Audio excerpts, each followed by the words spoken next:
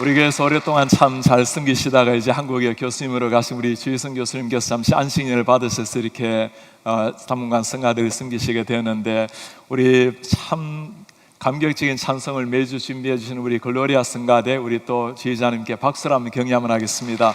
고맙습니다.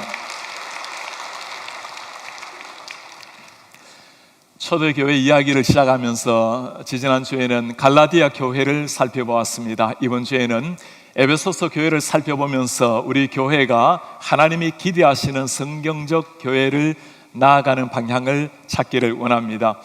요한 칼빈이 가장 좋아했던 성경이 에베소서 성경입니다. 주석서도 썼고 그리고 48번에 나누어서 설교도 했습니다. 요한 칼빈을 참 사랑하고 존경했던 요한 넉스는 이 땅을 떠나면서 그의 아내가 읽어주던 존 칼빈의 에베소서를 들으면서 하나님의 품 안에 안겼습니다. 제가 부족한 책이지만 2권의 성경 주석을 썼습니다. 구약에서는 창세기를 썼고 신약에서 쓴 책이 에베소서입니다. 창세기를 읽어보면 천지 창조의 하나님, 우주 만물을 주관하시는 하나님, 그리고 성경 전체를 한눈에 보게 하는 게 창세기 말씀입니다. 에베소서를 읽어보면 하나님 앞에 구원받은 우리가 누구인지, 구원받은 백성들, 그리고 구원받은 백성이 어떻게 살아가야 하는지를 보여주는 것이 에베소서의 말씀입니다. 에베소서에서는 가장 강조하는 것이 교회라는 겁니다. 교회라는 것이 무엇인가? 아브라함의 자손들이기 때문에 구원을 얻는 것이 아니라 예수 그리스도를 믿음으로 말미암아 얻는 구원, 믿는 사람들이 몸으로 이루는 것이 교회라는 것을 바울이 강조합니다. 교회를 강조하면서 바울이 중요하게 사용하는 단어가 하나 있습니다. 몸이라는 단어입니다. 그리스도의 몸된 공동체. 교회라는 것은 우리가 앉아있는 이 자리, 건물이 아니고 이것은 예배하는 예배처소, 예배당입니다. 하나님의 교회라는 것은 예수 그리스도를 구주로 고백하는 우리 한 사람 한 사람, 그 한 사람 한 사람이 그리스도를 머리로 하고 몸이 된 지체 한 사람 한 사람이 그리스도의 몸된 교회라는 겁니다. 오늘날 이 하나님의 몸된 교회에 가장 방해되는 것이 있다면 무엇일까요? 미국 바나 연구에 의하면 하나님의 교회가 건강한 하나님의 교회, 온전한 하나님의 교회로 자라나기에 가장 걸림돌이 무엇인가 조사한 것이 있습니다. 목회자들 가운데 90% 이상 대답한 것이 성도의 영적 미성숙이라고 대답을 했습니다. 영적 미성숙. 하나님의 은혜로 구원은 얻었지만 구원 얻고 난 다음에 하나님의 사람으로 자라나야 되는데 자라나지 않는 영적 미성숙. 신앙생활은 하고 있지만 나의 내면의 변화, 인격과 성품이 변화되지 않은 것을 가리키는 말입니다. 지난 화요일에 워싱턴 지역의 목회자들을 위해서 목회자 미래 포럼을 가지게 되었습니다. 참 저를 많이 돌아보게 만들고 우리 교회도 많이 돌아보게 만든 특별한 주제 강의가 하나 있었습니다. 공동체 중에 성품의 공동체를 위하여 라는 제목의 강의였습니다. 성품의 공동체. 예수 그리스도를 정말 만나게 되면 반드시 일어나는 변화가 성품, 인품의 변화라는 겁니다. 진실한 신앙인, 하나님을 바르게 믿는 신자에게 나타나는 것이 성품, 인품 변화라는 말씀입니다.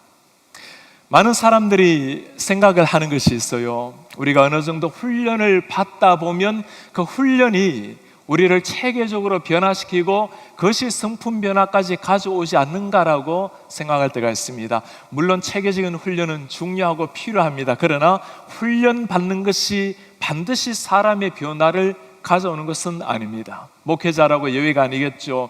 3년 동안 100학점 넘는 엄청난 신학 공부를 해서 목회자가 되지만, 그러나 그것이 목회자의 자격이 갖추어진다고 진정한 인품과 성품 변화를 가져오는 것은 별개의 일이라는 말입니다. 이렇게 생각하는 사람들도 있습니다. 내가 어느 정도 일정하게 교회를 다니고 또 오랜 세월 신앙생활을 했고 교회 나름대로 헌신하기 때문에 어느 정도 신앙 수준에 이른 것이 아닌가.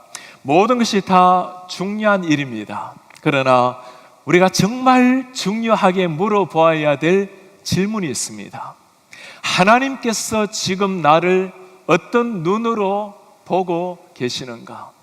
하나님께서 기대하시는 신자의 삶이라는 것이 있어요. 구원받고 난 다음에는 구원받은 백성다움이라는 삶이 있다라는 말씀입니다. 하나님께서 우리를 바라보실 때 참 성숙한 신자로 든든해 하시는가, 아니면 어디에 혼자 내보내기에는 뭔가 마음이 졸이는 미성숙한 신자인가? 하나님께서 진실로 원하시는 성숙한 신자, 어떤 신자일까요? 성숙한 신자라는 것은 성공과는 다른 의미입니다. 성공이라는 것은 상대방과 비교해서 내가 원하는 것을 얻는 것이 성공이라고 말할 것입니다. 성숙이라는 말은 이 성장이란 말과도 좀 다를 수 있습니다. 성장이라는 것은 비교적 커져가는 것, 또 높아져가고 올라가는 것을 성장이라고 말할 것입니다. 때로는 성숙이라는 것은 올라가는 것이 아니라 더 겸손하게 낮게 내려갈 수도 있다는 겁니다. 성숙이라고 말을 할 때는 하나님의 기준을 생각을 해야 됩니다. 하나님의 기준에 부합한 사람을 두고 성경에서는 성숙한 그리스도인이라고 부르는 겁니다. 하나님께서 기대하시는, 원하시는 성숙한 성도, 어떤 성도일까요? 오늘 13절에 말씀을 합니다.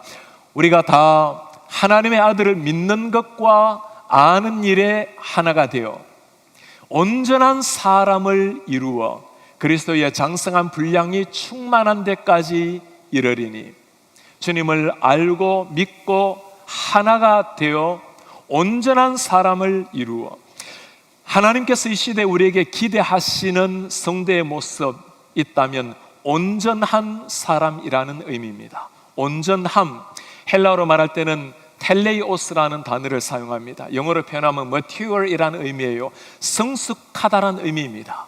온전한, mature, 성숙한 신자. 온전함이라는 말은 완벽함을 의미하는 게 아닙니다. 완벽이라는 것은 사람의 기준에 딱 들어맞는 최고의 것을 말하는 것이고, 온전함이라는 것은 하나님의 기준에 맞는 사람입니다. 성경에는 완벽한 인간의 잣대를 바라보면 맞지 않은 사람들 많이 있습니다. 그러나 하나님의 잣대에 보았을 때 온전한 사람들, 하나님 앞에 쓰임받았던 사람들이 있습니다. 이전에 가르쳤던 신학생 중에 완벽함이라는 것에 대해서 설교를 하면서 참 재미있는 예화를 하나 들었어요. 어느 날 백화점에 갔다가 우연히 데니얼 헤니를 만난 거예요. 데니얼 헤니, 그를 바라보는 순간 이 완벽함이라는 것이 무엇인지를 보았습니다. 남자가 보아도 얼마나 매력이 넘치는 사람인지 그렇게 정신 잃고 쳐다보았다는 얘기를 정신을 잃고 이야기하길래 제가 한번 물었습니다. 데니얼 헤니가 누군데? 데니얼 헤니를 모르는 분들이 그래도 좀 계셔서 제가 위안이 돼요. 온전한 사람이라 이런 것을 말하는 게 아니죠. 토마스 아퀴나스가 한 말이 있습니다. 한 사물은 주어진 하나의 고유한 목적을 달성할 때가 가장 아름답다. 한 사물이란 주어진 하나님께서 부여하신 고유한 목적이라는 게 있는 겁니다. 겨울을 이겨낸 꽃이 아름답게 피어날 때 이 세찬 광풍에도 저 벚꽃이 떨어지지 아니하고 아름다운 빛을 발할 때 그것이 자기의 주어진 고유한 목적을 달성을 하는 겁니다. 신자에게는 하나님께서 우리를 부르실 때 한 사람 한 사람에게 부여하신 고유한 목적이라는 게 있는 겁니다. 그 목적을 따라 살아갈 때가 가장 아름다운 삶이요, 그것이 하나님 앞에 온전한 삶이 되는 겁니다. 그렇다면 성경에 말씀하는 온전한 사람, 어떤 사람일까요? 하나님을 믿는 인류가 아는 일에 하나가 되는 사람. 하나님을 믿는 것은 하나님의 은혜로 주어지는 선물입니다. 주님을 믿고 난 다음에는 믿는 사람들이라면 이제는 하나님이 누군지 바르게 알아가는 노력이 필요합니다. 주님을 믿는 것과 그리고 우리가 주님을 제대로 잘 아는 것이 일체가 되는 사람. 여러분, 진짜 안다라는 것이 무엇일까요? 우리가 안다라는 것은 아는 것만큼이나 살아가는 것을 말하는 겁니다. 누가 하나님을 진실로 사랑하고 주의 나라를 위해서 헌신할 수 있는 사람입니까? 하나님을 믿을 뿐만 아니라 하나님을 바르게 아는 사람입니다. 기독교라는 것을 종교적으로 알게 되면 종교 생활을 하게 됩니다. 그러나 예수님을 인격적으로 만나게 되면 반드시 인격 변화, 성품 변화가 일어나는 겁니다. 주인이 바뀌는 새로운 인생이 시작이 되는 겁니다. 교회를 오랫동안 다녀도 참 신앙적으로 열심을 내기는 내지만, 그러나 때로는 인품 변화, 성품 변화가 일어나지 않은 사람을 들어 만날 때가 있습니다. 참 목회자로서도 귀한 분이시지만 그러나 안타까운 마음이 들 때가 있습니다. 목사라고 예외가 아니겠죠. 신학교육을 다 받는다 하더라도 성품 변화는 또 다른 영역이 되는 겁니다. 내가 죽고 내 속에 예수 그리스도가 살아나실 때 나의 옛 자아가 다 십자가 못 박히고 난 다음에 내 속에 거룩한 성령이 지배하는 사람, 예수의 영이 나를 지배해서 하나님이 기대하시는 사람으로 바뀌어가는 내면 변화, 성품 변화가 주님이 기대하시는 온전한 사람의 모습입니다. 온전함이라는 이 단어를 묵상하다 보면 참 은혜가 돼요. 사실 온전하다 이 말을 어찌 우리 감히 사람에게 쓸 수 있는 말이겠습니까? 하나님에게나 쓸 수 있는 수준의 단어 아니겠어요? 온전함, 죄 많은 우리가 감히 온전함이라는 말을 생각하면 이르지 못할 것으로 여겨집니다. 더욱 놀라는 것은 이 온전함의 마지막 목표입니다. 예수 그리스도의 장성한 분량까지 자라가라. 예수님처럼 되어라는 말씀입니다. 제가 이전에 예수님을 만났던 청년 시기에 정말 주님처럼 살기를 간절하게 기도를 한 적이 있습니다. 예수님처럼 되게 해달라고, 예수님처럼 말하고 행동하고 생각하게 해달라고. 정말 제가 그렇게 살고 싶었어요. 그러나 그 주님처럼 된다라는 것이 어떤 의미인지를 알게 되었을 때 그것이 얼마나 위험하고 무서운 기도라는 것을 알게 되었습니다. 기도 자체가 잘못된 것이 아니라 저 같은 죄인이 예수님처럼 된다라는 것, 예수님처럼 산다라는 것을 죄 많은 사람이 견디지를 못한다라는 것을 그때야 깨닫게 된 겁니다. 그때 나오는 기도가 주님, 다만 불쌍히만 여겨 주십시오라는 기도였습니다. 그래도 우리 주님께서 우리에게 말씀을 하세요. 예수 그리스도의 장성한 분량까지 이르라. 그만큼 우리를 하나님께서 기대하신다라는 말씀입니다. 비록 연약하고 부족하고 늘 허물로 말미암아 무너지지만 그럼에도 불구하고 하나님께서 우리 한 사람 한 사람을 지극히 사랑하시고 그만큼 기대하신다라는 하나님의 형상이 이루어지기를 간절히 기다린다라는 말씀입니다. 예수님이라고 하나님이라고 왜 우리의 연약함을 모르시겠어요? 그러나 우리가 누구입니까? 하나님께서 당신의 아들을 친히 희생하시면서 살려낸 사람, 당신의 아들의 생명을 바꾸어서 구해낸 사람이 우리 한 사람 한 사람입니다. 그런 사람이라면 생명의 은혜를 입은 타움이 있어야 된다라는 말씀입니다. 이제는 벚꽃이 조금 있으면 만발하게 되겠고 새들이 우지는 소리가 우리 아침을 깨우는 진짜 봄이 오게 되겠죠. 아름다운 나비들이 꽃을 찾아서 나풀거리는 것도 보게 될 것입니다. 여러분, 나비가 되는 과정을 본 적이 있습니까? 유충이 애벌레가 되고 애벌레가 고치를 힘겹게 뚫고 나오는 순간 아름다운 나비가 되어서 창공을 향해 날아갑니다. 나비, 어떤 나비를 보고도 성숙한 애벌레라고 말하지는 않습니다. 아무리 아름다운 애벌레라 하더라도 애벌레와 나비는 전혀 다른 차원입니다. 그리스도인이 된다라는 것, 하나님께 속한 그리스도인이 된다라는 것은 전혀 다른 차원의 일인 겁니다. 우리 속에, 내 육신 속에 갇혔던 세상에 지배받았던 인생이 아니라 예수 그리스도에 속한 하나님 안에서 새로워진 새롭게 된 피조물, 최고의 애벌레의 모습, 성숙한 애벌레가 아니라 나비가 되어서 하나님 앞에 살아가는 사람, 그들을 두고 우리는 그리스도께 속한 그리스도인이라고 말하는 겁니다. 참으로 안타까운 일은 이 시대는 그리스도인이라는 이 말의 가치를 그렇게 높게 평가하는 것 같지가 않습니다. 그리스도인이라는 말, 그리스도께 속했다라는 것은 전혀 다른 차원의 인생인데도 세상 사람들은 그리스도인이라는 말에 그렇게 다른 사람들과 차이를 두는 것 같지가 않은 시대가 되었습니다. 신자가 된다라는 것은 분리와 구분이라는 두 가지 차이를 두고 있습니다. 신자가 된다라는 것, 새로운 생명을 얻었기 때문에 우리는 죽음에서 분리된 사람들입니다. 부족하다 하더라도 하나님의 은혜로 말미암아 생명을 입었기 때문에 이제는 죽음에서는, 지옥에서는, 심판에서는 분리된 사람들입니다. 그런가 하면 예수께 속한 사람이 되었기 때문에 이제는 세상에서는 구분된 사람들, 믿지 않는 사람들과는 구분된 사람들, 그들이 그리스도인입니다. 글로컬 교회라는 비전을 가지고 우리가 세상으로 나아가기 전에 먼저 깊이 살펴야 될 것이 이 부분입니다. 내가 어떤 사람인가? 아무리 부족하고 연약하지만 하나님이 나를 어떤 존재로 만드셨는가라는 부분입니다. 우리는 성숙한 애벌레가 아닙니다. 날개짓하며 아름답게 창공을 나르는 나비가 된 사람들입니다. 전혀 새로운 인생이 된 사람들입니다. 한국교회는 오랫동안 성공과 성장이라는 방향을 향해서 달려왔습니다. 정말 세상이 부러워하는 나라가 되었고, 기독교적으로도 세상 역사의 유래를 찾아보기 어려운 참 멋진 성공을 이룬, 성장을 이룬 과거가 있습니다.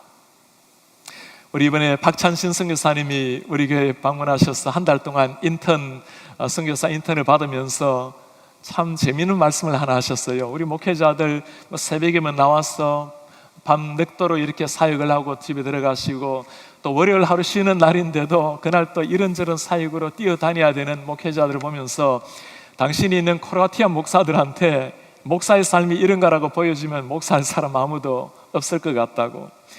그렇습니다. 우리 한국 국민들은 참 열심히 땀 흘려 일을 해왔고, 우리 부모님 세대 정말 땀으로 오늘까지 민생활을 해오셨습니다. 그리고 하나님께서 한국교회에 특별한 열심을 주셔서 목회자들도 성도들도 참 열심을 쏟아왔습니다. 그 열매로 많이 성공했고 많이 성장해 왔습니다. 그러나 여기에서 우리가 정말 하나 물어봐야 될 질문이 있어요. 우리의 성숙도를 점수로 매긴다면 몇 점이나 나올까요? 제프 딕슨이 우리 시대 역설이라는 글을 하나 쓴 게 있습니다. 이 시대가 어떤 시대인가? 건물은 높아졌지만 인격은 더 작아졌다. 고속도로는 넓어졌지만 시야는 더 좁아졌다. 소비는 많아졌지만 더 가난해지고 더 많은 물건을 사지만 기쁨은 줄어들었다. 집은 더 커졌지만 가족은 더 적어졌다. More conveniences, but less time. We have multiplied our possessions, but reduced our values. We talk too much, love too seldom, and hate too often. 달까지 갔다 왔지만 길 건너 새 이웃을 만나기란 더 힘들어졌다. 외계를 정복했는지 모르지만 우리 안의 세계는 잃어버렸다. 키는 커졌지만 인품은 왜소해지고 이익은 더 많이 얻었지만 관계는 얇기가 그지없다. 왜 이런 현상이 일어나고 있을까요? 그렇게 많은 성공, 그렇게 많은 성장을 거두는데도 왜 우리는 그렇게 행복을 멀리하고 만족이라는 것을 모른 채 끊임없이 그렇게 오늘 또 땀을 흘리고 있을까요? 삶의 의미가 그런 데 있는 것이 아니기 때문입니다. 인생의 고귀한 가치, 진정한 존경이라는 것은 성공의 탑이 높아진다고 주어지는 것이 아니기 때문입니다. 교회도 마찬가지죠. 아무리 성도가 많고 아무리 큰 일을 한다고 그것이 성경적인 교회, 온전한 교회의 표징이 되는 것은 아닌 겁니다.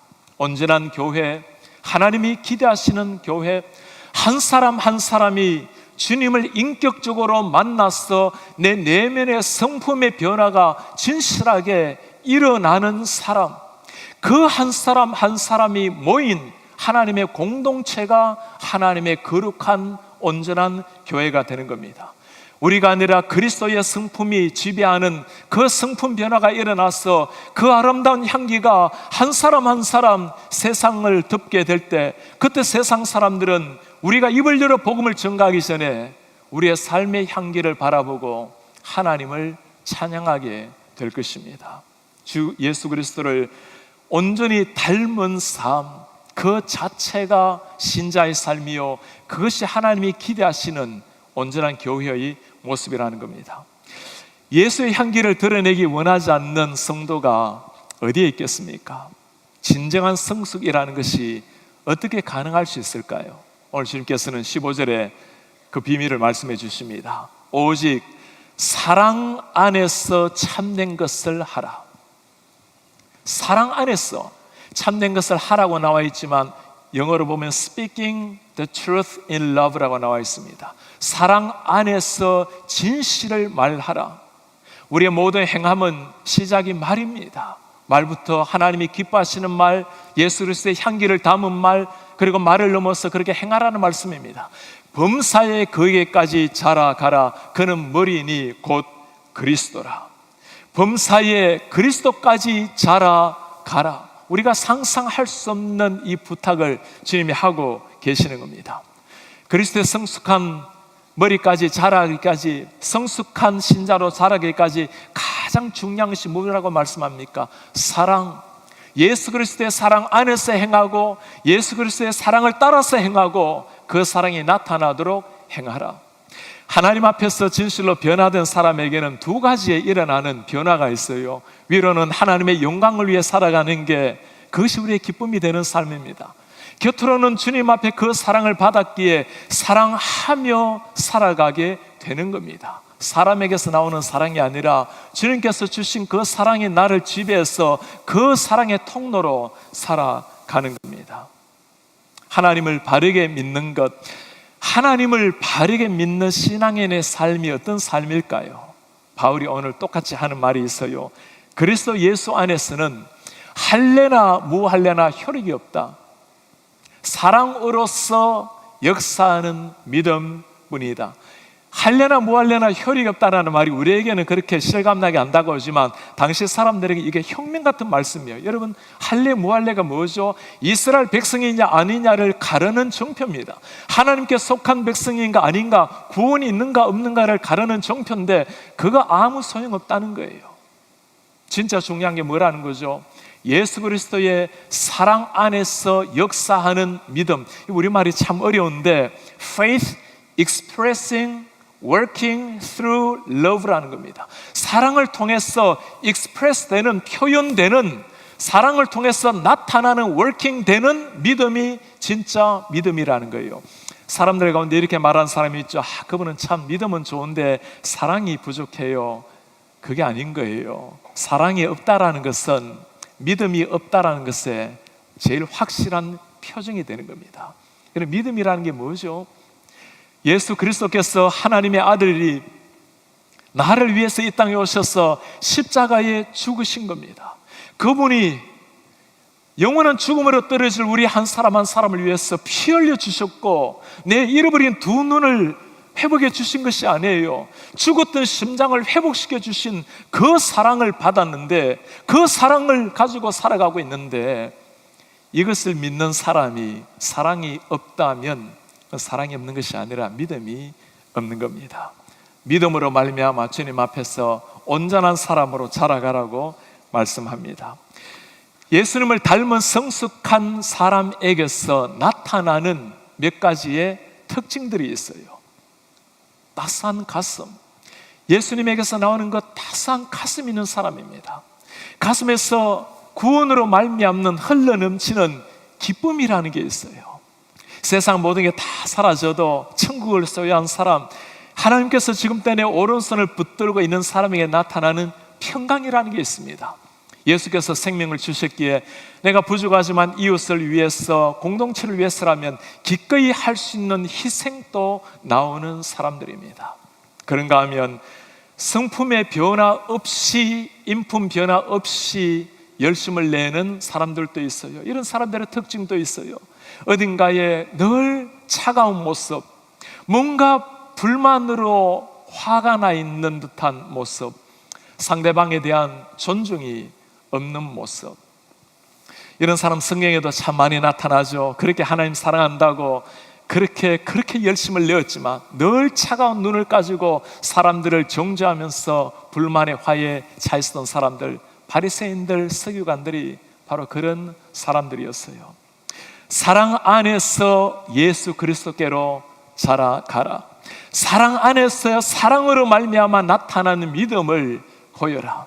여러분, 개인에게만 주어지는 덕목이 아니죠. 우리 공동체 하나님의 교회가 보여줘야 될 모습이 이 모습입니다. 오늘 16절에 바울이 우리 공동체가 나아가야 될 길을 이렇게 말씀을 해주고 있습니다.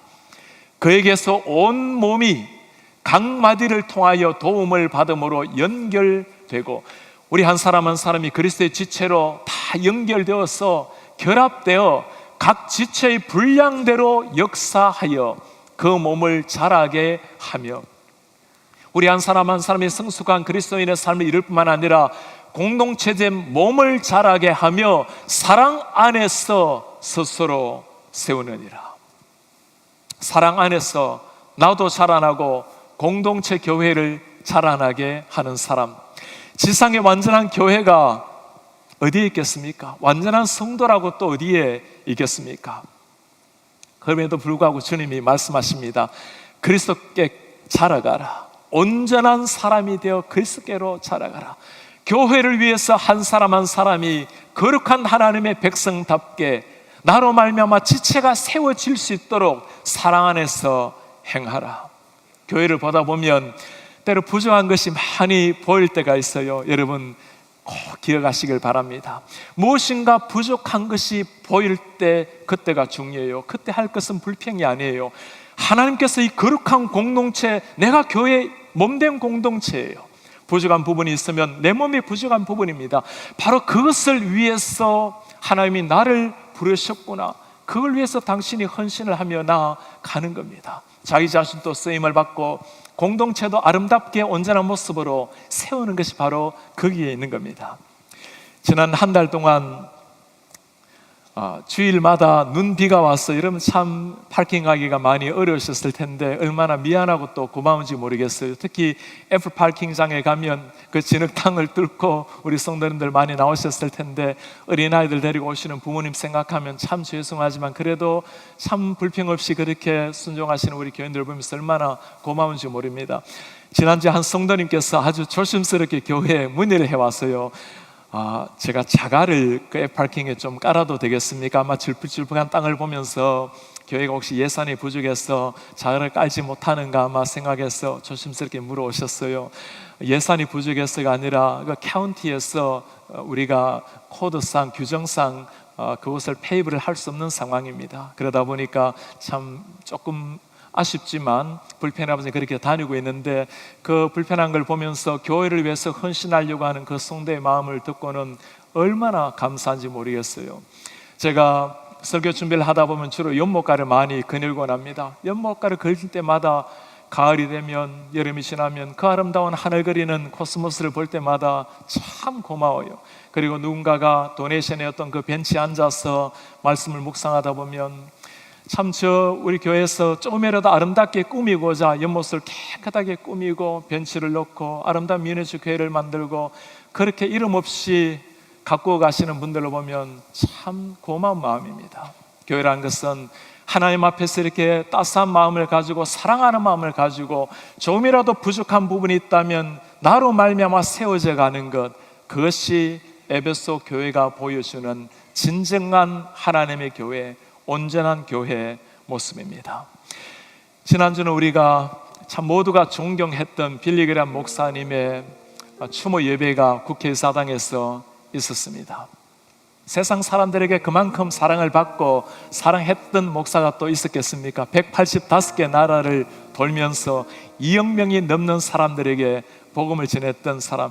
빌리그람 목사님의 설교를 들으면 두 가지 아주 심플하게 나오는 것이 있어요. The Bible says, 성경이 말씀하기를 God loves, 하나님께서 사랑하신다라는 이 성경 말씀, 진리 말씀, 하나님의 사랑 가지고 그렇게 전 세계 수많은 사람들을 그리스도께로 인도했던 목사님이었습니다. 목사님의 추모 예배를 지켜보면서 제 눈에 특별히 눈에 띄었던 것이 하나가 있었어요. 관이었습니다. 아주 심플하게 보이는 빌리그람 목사님의 관. 제가 그 관의 사연을 들으면서 그가 죽음으로써 전하는 마지막 메시지 같이 들려왔습니다. 빌리그람의 저 관은 215불짜리 관입니다. 그 관을 만든 사람은 앙골라라는 감옥에 있는 3명의 죄수입니다. 이런 오른쪽에 보시면 죄수의 3사람의 이름이 나타나 있습니다. 리처드 리젯, 폴 콜로비치, 클리포드 바우맨. 3 죄수 중에 리젯과 바우맨은 살인죄로 종신형을 받은 죄수입니다. 콜로비치 무장 강도로 30년의 중형을 받은 죄수입니다. 감옥에서도 죄수들이 죽어나갈 때가 있습니다. 죄수들을 땅에 묻을 때 얼마나 관이 허술했던지 이 관이 깨어져서 시신이 떨어져 나올 때가 있었어요. 아무리 죄수라 할지라도 죽음이란 것은 장엄한 일 아닙니까? 죄수들이 그때부터 관을 만들기 시작했습니다.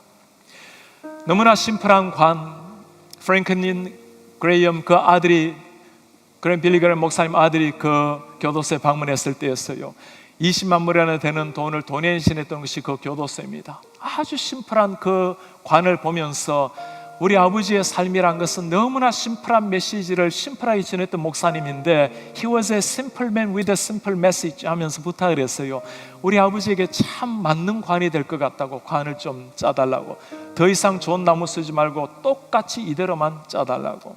2007년도에 루스 벨 그레이엄 사모님이 돌아가셨을 때도 이 관에 묻혔습니다.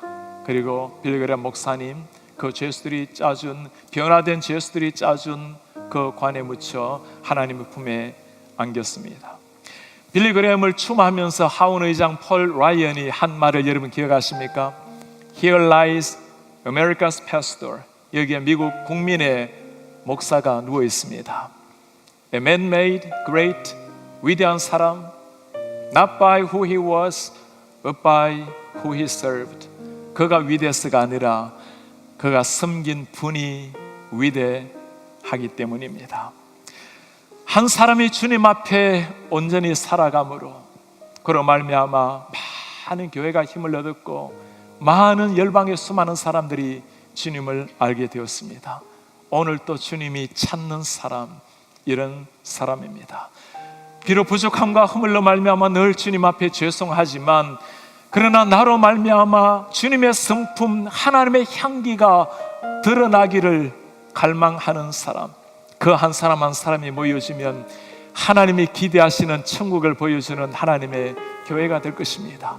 그런 한 사람 한 사람이 세상에 나아가게 될 때 세상 사람들은 우리를 바라보고 우리를 그렇게 만들어 주신 하나님을 발견하게 될 것입니다.